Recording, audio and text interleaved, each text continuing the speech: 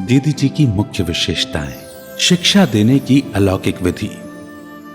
दीदी कभी सुनी सुनाई एक तरफ की बातों का आधार पर निर्णय नहीं लेती।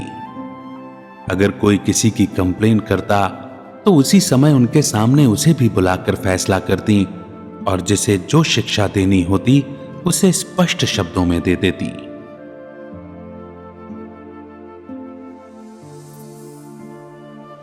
सखी स्नेह में नंबर 1। दीदी सभी को सखी स्नेह देकर बाबा का बना देती। उनसे सखी स्नेह में ज्ञान की गहरी गहरी रूह रेहान करती। दीदी कहती, सहेली नहीं बनना, सखी बनाना। सहेलियां आपस में परचिंतन करेंगी, सखियां ज्ञान की चिटचैट करेंगी।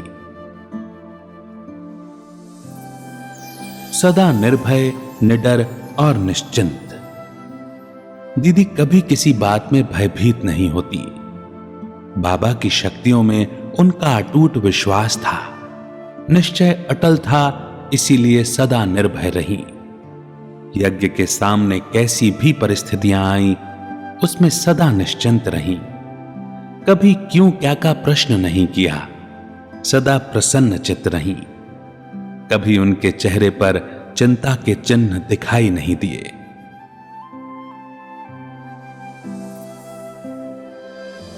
सच्चाई सफाई की प्रतिमूर्ति। दीदी को सच्चाई अति प्रिय थी। अगर कोई अपनी गलतियां सच्चे दिल से महसूस कर लेता तो उसे क्षमा कर देती और आगे बढ़ने की प्रेरणा देती। आप अंदर बाहर स्वच्छ साफ थीं।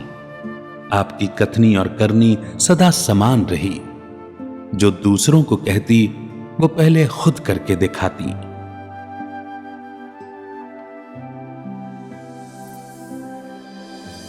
बालक और मालिक का बैलेंस। दीदी यज्ञ की मालिक थी, लेकिन उनके जीवन में बालक और मालिकपन का बैलेंस देखा। जो यथार्थ बात होती वो मालिकपन सबके सामने रखती, लेकिन अगर सबकी एक मत नहीं होती तो बालकपन उसे भूल जाती। कभी बहस या डिबेट में समय नहीं गंवाती। दीदी बालकपन बाबा की उंगली पकड़कर यज्ञ के हर डिपार्टमेंट का चक्कर लगाती। बाबा उन्हें कहते, अभी आपने बाबा की उंगली पकड़ी है, भविष्य में श्री कृष्ण आपकी उंगली पकड़कर चलेगा। ऐसा नशा है ना?